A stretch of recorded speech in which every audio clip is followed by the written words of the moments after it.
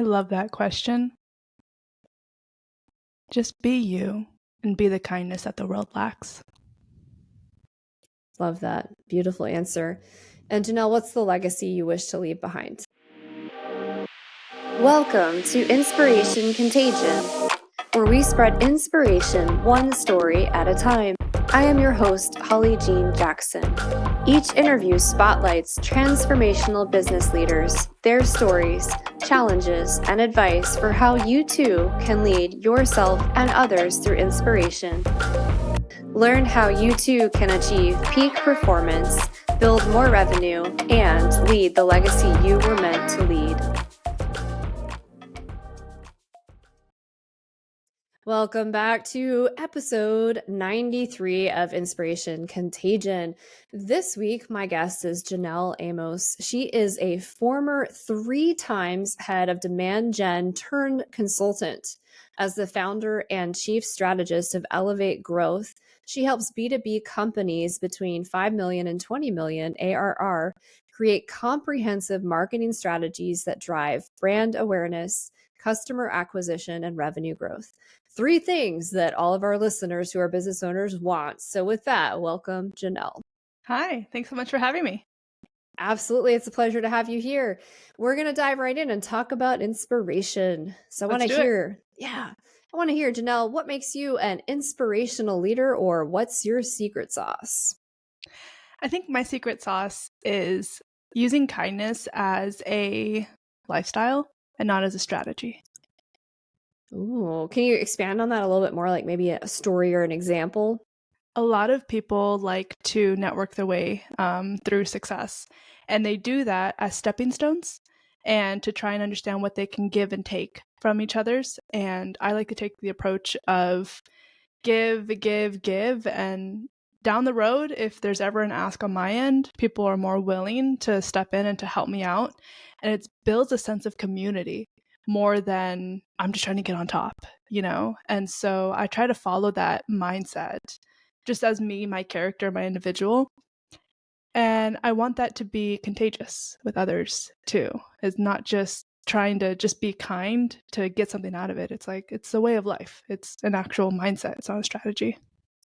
Wouldn't it be nice if everybody had this approach to life? I feel like there would be no war, there would be no people starving. It would solve a lot of problems in the world. But I agree. There's even in BNI, there's the giver's gain. And then there's also, I think people say give, give, get, but there's get at the end. I love this premise of give to the third exponentially. And then eventually, if you do need a favor, people are going to be much more receptive to that. Can you share an example of how that has helped you with growing your business? Yeah, I mean, actually quite a few examples, but I'll stick to one for this episode. I had an individual who was let go at their company. They were a director of demand gen, which is the industry that I'm in. And they had 2 little boys, and their wife wasn't working. So they're kind of the sole provider. And they needed to land something quickly. We all know in the SaaS industry, the last couple of months or a year has been a bloodbath. A lot of layoffs have happened. The market has been very, very hard to land new things. It's very competitive. It's definitely not a candidate's market, or it hasn't been, I should say. I think it's trending a little more upward. I digress. However, whenever I would see jobs come through, or I had a ton of people messaging me, do you know any good director of demand gen? I need somebody. I would just say, yes, I know somebody. Can I make an intro? Absolutely. And just connect them and do all that. And he ended up landing a job. And he came back and he was like, I owe you so much. I'm like, you don't owe me nothing. You don't owe me absolutely anything. Just when you get the chance, pass it on. And those type of examples come back with saying, when they go down the road of, do you know anybody who does consulting work? Do you know anybody who can help this? Yes, I do. You're top of mind. And that's come back to me a couple of different ways. And so that's just one example right now off the top of my head. Yeah, I love that example. And my goodness, if we could just pay it forward with kindness and making that introduction, going out of your way to go the extra mile, to smile for someone, to do a favor, to pay for the person behind you, whatever that looks like. I will say, I think the competitive edge to business today is kindness. because people care about authenticity more today. They care about socially conscious efforts for spending their dollars in intentional ways, and people buy from people.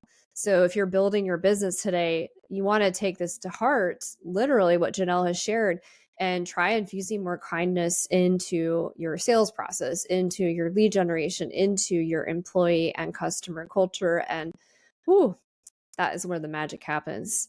You know, and one more thing to add to that, manners go a long way. Please and thank Yes. you.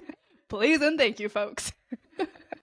Yeah, and on top of that, my goodness, when you are, doing that first introduction or reaching out to somebody through email or LinkedIn, I can't stand it when people skip the first date, so to speak, where they don't even try to get to know you or add value and they're just like doing the slimy car salesman thing. Don't be that guy or that girl. Come on, guys, you can do better than that. Have some manners, have some compassion, put yourself in their shoes. We could talk about that all day. Now, Janelle, what does inspiration mean to you? I think it's just being the light in the world when the world is full of darkness. And if I can take somebody's darkness and just light a candle in their realm, that's what inspiration means to me, is being able to inspire others. And sure, maybe, I have the own individuals who inspire me too, obviously, but inspiration to me is being able to find a way to light a candle or to pass a candle on. That brings to mind for some reason this vision of the candle ceremonies that they have on Christmas Eve and how you have your candle and then you pass it on and light it. And the reason that comes to mind is that we can't inspire others unless our inspiration fuel tank and our cup is full enough to inspire. So it's really about lighting your own inspiration candle so that then you have the energy to pass and pay that forward. Mm-hmm. So that's beautiful. We need more candles in the world. So we're going to switch gears just a little bit. We're going to talk about peak performance.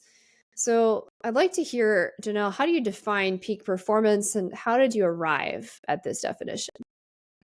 I think from an analogy standpoint, if we just think about the fundamentals of the word peak, for me, that comes to a mountain or some sort of mountain that has the peak at the top. And it's built off of compilation and compilation and compilation of things to go from ground level to reaching whatever altitude it gets to. And when we break that down from a theoretical standpoint, what are those compounds and what are those specific components that are making up this peak? Emotional, physical, spiritual, psychological, they're all components of a human being.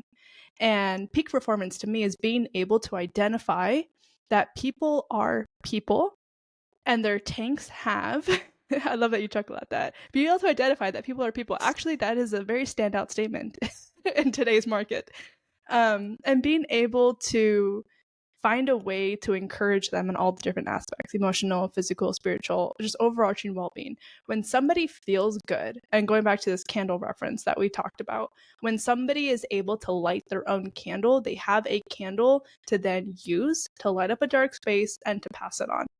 From a performance standpoint, if all I do with my employees is blow out all of their candles, that doesn't really sound like a very uplifting performance enabling scenario, And so as a leader, finding ways to be the lighter to the candles that my employees have. Yeah, I love that. Well, the reason I was chuckling at the statement of people are people, and yes, I know there's AI. That wasn't why I was chuckling though.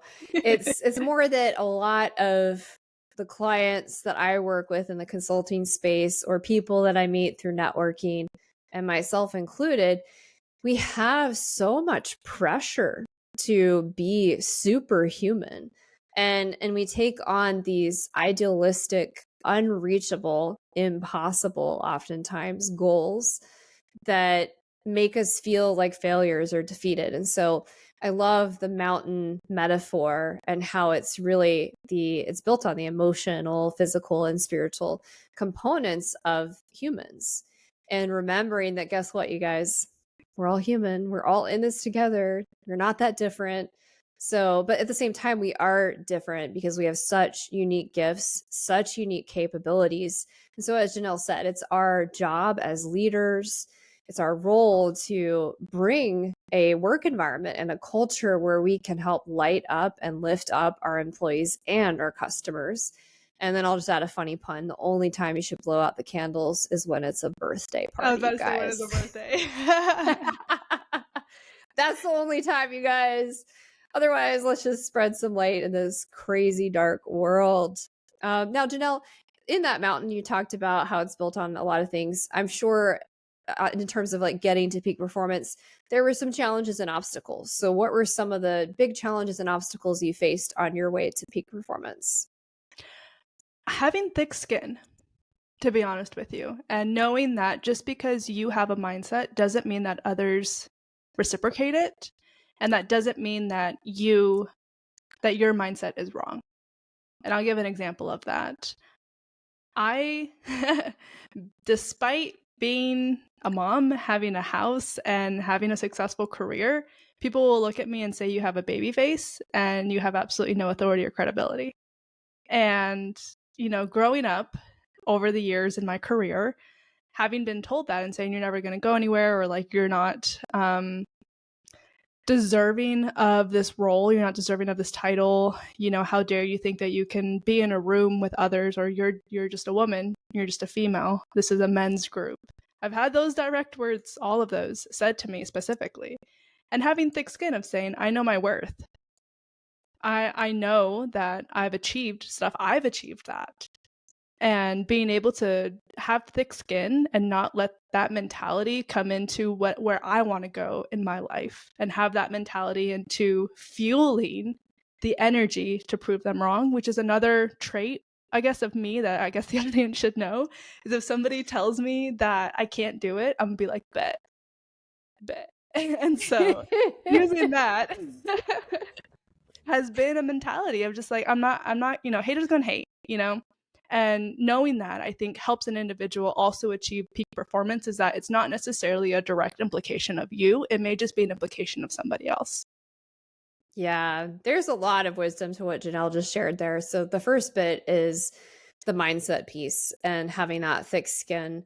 When we decide to do something big in our lives that's a significant change from what we've done previously, and we want to share that because we're excited about it, even with people that are closest to us, that love us, a lot of times when we get negativity or resistance or not the reaction we're expecting, it's not really about you. It's about the other person.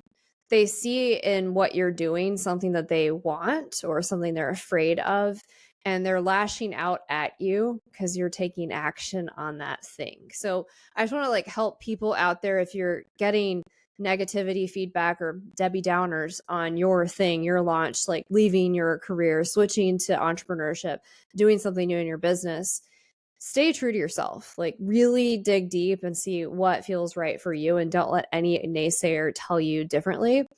The second piece is, I love what you shared about the proving them wrong. Since I was a little girl, anytime somebody has told me I couldn't do something, I love it. It fuels me. I'm like, let me show you. I mean, it has to be something I want to do. If it's something I don't want, I'm like, yeah, whatever. I don't really care about that Agreed. thing. But I remember my mom, I don't think she said I couldn't do it, but she said, if you want piano lessons, you have to get through this whole book before you've earned the piano lessons. And I was like, cool. And I think she didn't think at 8 that I would get through the whole book.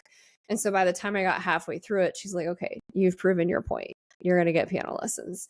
So I think that people that know us the best understand our dogged perspective of, if you say I can't do something, that is actually going to fuel me to show you and prove you wrong if it's something we desire.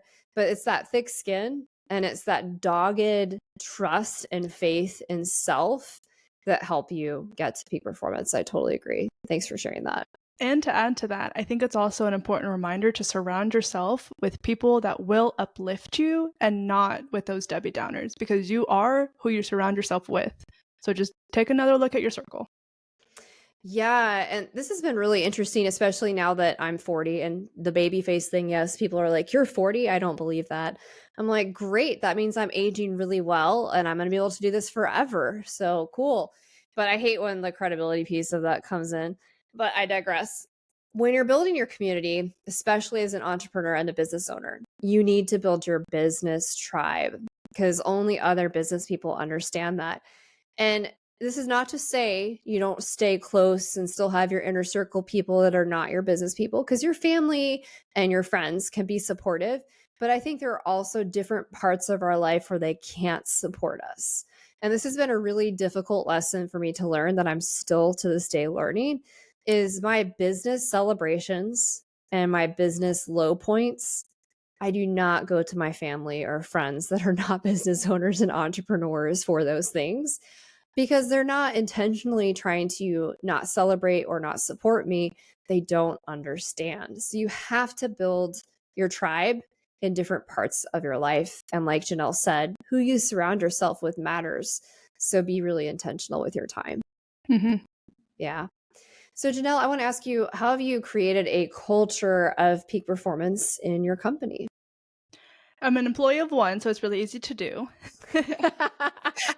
But I've had some subcontractors and vendors that I've worked with throughout that I like to take the same lens that kindness is a mentality and it's not a strategy. And before every single call that we have, before we dive into anything you're doing for me or helping me with or that I'm paying you for, blah, blah, blah, all that stuff aside, I start every single call with one question: how are you? And then I shut up. And how they answer is how I dictate how that call is going to go. I had a virtual assistant, and I started the call with, how are you?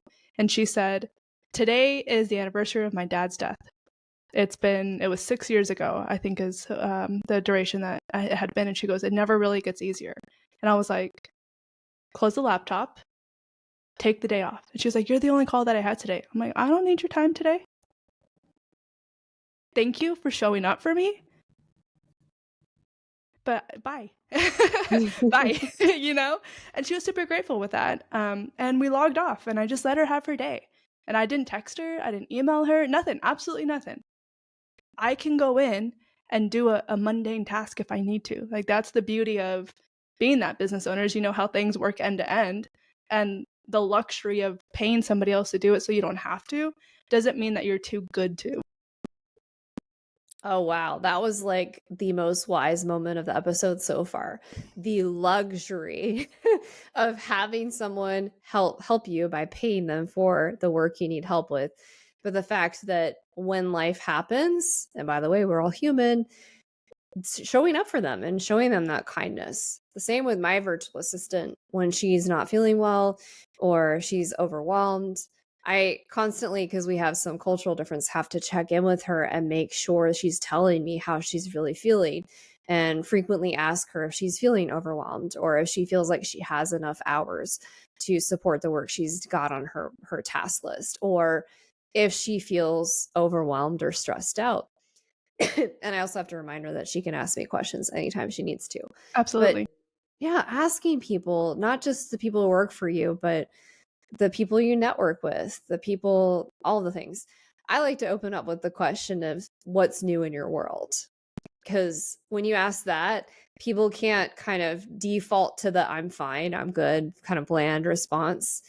They have to pause and think. And that's where the real stuff comes out. It's like, whoa. I will test that next time and see. Please do. Let us know how it goes. So, excuse me. I want to ask you, how have you optimized your customer experience with this peak performance and kindness strategy in mind, or mindset, not strategy? I think it came more with from an execution standpoint. My brand is kind of my brand with I like to show up the same person. I mean, I'm pretty much a straight shooter. I'm pretty direct, but I have the kindest soul probably to ever exist, maybe in comparison to you, Holly. But at the end of the day, like, I'm never going to do somebody dirty and I'm never going to do my client dirty. I'm never going to try and just like get more out of it that I'm not actually putting in, none of that. What I found that was lacking, though, was on an execution standpoint of being able to deliver the same thing at the same time with the same level of quality. I was starting over every single time and reliant on my memory and my experience to then say, oh, this is how you do it. When in reality, I felt like my clients deserved better than that. And so I templatized everything. And it's step 1, step 2, step 3, step 4, and it's the same thing every single time to make sure that myself is holding myself up to that peak performance for my clients. It's so funny because before this recording, for those of you who listened to the episode before this, you'll notice that the quality of the audio was not great. And you want to know why? It's because I had not templatized my pre-recording steps that I need to follow so that when I'm having a day where I'm not 100%, I don't accidentally record the audio through my webcam and not my microphone. That's what happened in the last episode, y'all. I'm not perfect. I'm human. But now I have that template and it's not going to happen again. So you get consistent quality with the podcast every single episode, at least on my side. I don't have control of my guests and how they show up with their audio. But Hey now, this, hey now. I'm just kidding. well, Janelle, your audio is great, but some people show up and I'm like, even with the templates that we have of, pre-recording, have a professional microphone, have headsets, people don't listen even when you repeat it, but I digress. But the value of templatizing and having standard operating procedures in your business is, you guys, the only way you will ever create consistent customer experience and be able to actually hire and scale your business. And I can't tell you how many people I work with who are 20 to 30 years into their business who have not done this. That's insane, you guys. Do you realize how much money people are leaving on the table and how much brain power and capacity we're wasting by not doing that? That's crazy. Oh my goodness. We could talk about that all day. All right. We're going to talk about revenue. Show me the money. You ready, Janelle? Yeah. Okay. I want to hear about when you've left money on the table and what you did to fix it. I feel like the sentence of leaving money on the table could be interpreted a few ways, but I will answer the way that I've interpreted it, hopefully. But when I was just getting started in my business, and by the way, I'm 3 years in, so I don't have decades of experience or anything in a business side yet. However, hard lesson learned. When you're just getting started, you want to say yes to everything. And you want to get clients, you want to get money, you want to, prove that you can actually do this business, and you just say yes, yes, yes, yes, yes. I signed on a client that was willing to just throw me to the wolves and then say almost like, but give me a deadline, like I need you now, but I need it done by like X. And I was like, yeah, sure, no problem. And I got underneath the hood of all their systems and I was like, woo, that's a lot more work than what I signed up for and a lot less pay than what it would demand or what it should have demanded. And so that was one time I felt like I left money on the table for me. It was like there was more, and you're just starting out, so one could argue you should have took it to like just have the client logo and like lesson learn and build off of it. I did that. But if I could save somebody else on your audience list, to not do that same mistake, what I did is created a process from the jump where I get access to their systems. It's called an audit, and be able to assess everything beforehand before we agree to timelines and deliverables, because pricing is a lot different if you need me to get into something and connect a wire, or if we're going to remodel your entire kitchen and gut out your entire kitchen sink. Not saying that either one, I'm going to like extra charge one or the other, like, it's not to get as much money out of it, is to make sure that the time commitments and the expectations of deliverables on both ends, because on both ends between me and the client, because me coming in and connecting a wire probably doesn't need too much of my client's time. Me coming in and ripping out an entire kitchen sink that I was not the one that installed probably requires a lot more of my client's time and education and knowledge transfer. And so, just that was the time that I left money on the table, where I didn't do that up front. And being able to now have a process in place just to make sure on both ends expectations are clear 100% and there's no surprises on either end. Yeah. I mean, this happens to all of us. I've done the same. Pretty much everybody who's come on here has had a similar experience where we say yes to the wrong thing. We hear that small intuitive voice saying no or screaming no, or we just don't know yet. We don't know what we don't know. The good part is when we learn from it and we create systems or templates or checklists or ways to make sure we don't do that again, because if we repeat that insanity again, then we get depleted, we're working too many hours, we get burnt out, and we can't continue to run the business anymore. I love that you learned from that to start with an audit and get into the back end before offering any kind of price points on what you're going to do. It's very important. I also think it's a really important point that you said. It gives expectations on both sides. A lot of times when I'm working with my consulting clients, the biggest challenge that they have is, how much of my time is this going to take? Not how much of Holly's time. It's like, how much of time do I need to commit? Because I'm already so busy and so overwhelmed. That's why they're hiring me. And so I have to be realistic and say, okay, well, if we're writing your sales operating procedure, of course I'm going to need to chat with you. And of course I'm going to need you to share access to some systems and documentation. But then outside of that, I'm going to be writing the templates and the SOP, and then we just check in and, edit that and tweak it as we need to. But you guys, if you don't create those systems and templates, you're going to have really false expectations, and that always leads to negative experiences. And then the last thing I'll say is when we say yes to everything, we back ourselves into the corner of busyness, which is not the same thing as a business. Hmm. And you can't say yes to all those things, because then the things that you do need to say yes to that are going to get you exponentially closer to your goal, you can't. You don't have the capacity. So be really careful of that. If I can yes and that, I think another lens to take of it is the level of credibility you offer as a consultant. If you're constantly saying yes, yes, yes, yes, yes, you're a doer. And what they're hiring you to do is to challenge the status quo back to them and say, is that really what we need to do? Like, let's talk that through and consult them on whether it is or it is not the right decision. And so, from a monetary standpoint, as a business owner, too, using that as a lens to say, could I potentially be charging more if I don't say yes to everything and I become picky or selective or exclusive into what I actually can do best and find the people who can help me deliver that versus just saying yes to anything for the sake of busyness? Oh man, trust me. I have dialed this in more and more as my business evolves. I've become more and more picky.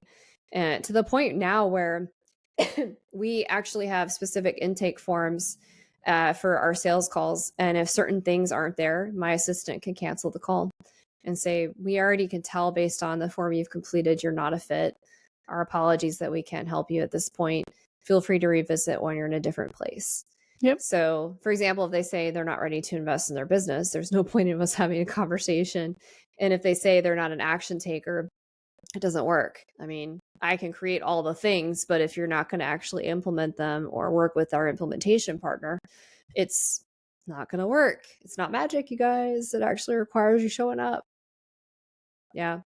All right. I want to ask you, Janelle, what is the next shiny object that you want to turn into a new revenue stream? I will caveat the answer to this is that it's not that I want to, is that I am. So, surprise, surprise, surprise. I actually am building something, and too early to disclose right now on the podcast, but follow me. Maybe in 2 weeks you'll see the notice.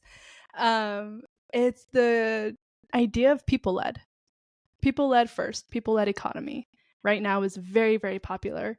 Instead of doing everything for the sake of the company, it's doing everything for the sake of people. And I think that goes back to the beginning of our conversation where we're talking about the candles and lighting others' candles and just being good in the world and leading with kindness first. I am creating something that begins with that and will become a revenue stream here soon. Well, then I can't like give you any guidance on that when we don't know anything. What a tease, you guys. That was well said for people that want to find out and you're on the edge. It's like a cliffhanger of what is Janelle Guess you're going to gonna have to launch? follow me. Sorry. Terrible, terrible, you guys. My goodness, you'll have to check in with Janelle. All right, Janelle, this has been a great interview. We're going to wrap up with 2 questions. Number 1, what's the best one piece of advice you would share with others today? I love that question. Just be you and be the kindness that the world lacks. Love that. Beautiful answer. And Janelle, what's the legacy you wish to leave behind? I feel like we touched on it so much already for today's conversation. But if nothing else in life comes to me, no money, no fame, not that I'm seeking fame, but nothing else in the world, my legacy is how I want other people to feel when they've come across me, my brand. And, at the end of the day, it's, did I inspire others to be their best selves? Well, you can see we're pretty picky who we bring on to the podcast. And wow, Janelle fits the mold perfectly in her own unique, gifted way, because we're all about people that are doing good, they're heart-centered, and they're certainly trying to be a light in this crazy, dark world. So thank you for that, Janelle. Thank you for having me. Yeah, absolutely. For those of you who are really intrigued by what Janelle is going to be launching here very soon, as well as wanting to learn more about Janelle or work with Janelle, perhaps, I will have all of her connections. So her website, her LinkedIn profile, a couple other things are going to be in the show notes, as well as the YouTube links. Please do reach out to Janelle, connect with her if you liked this. And of course, if you love the podcast, we appreciate your 5-star review and that you share it with others. Thank you so much, and we'll see you on our next episode. Thanks, Janelle. Thank you for joining the show today. I hope you were inspired. More importantly, I hope you take action. If the show inspired you, I ask that you subscribe and share it with your network. Let's spread inspiration together today.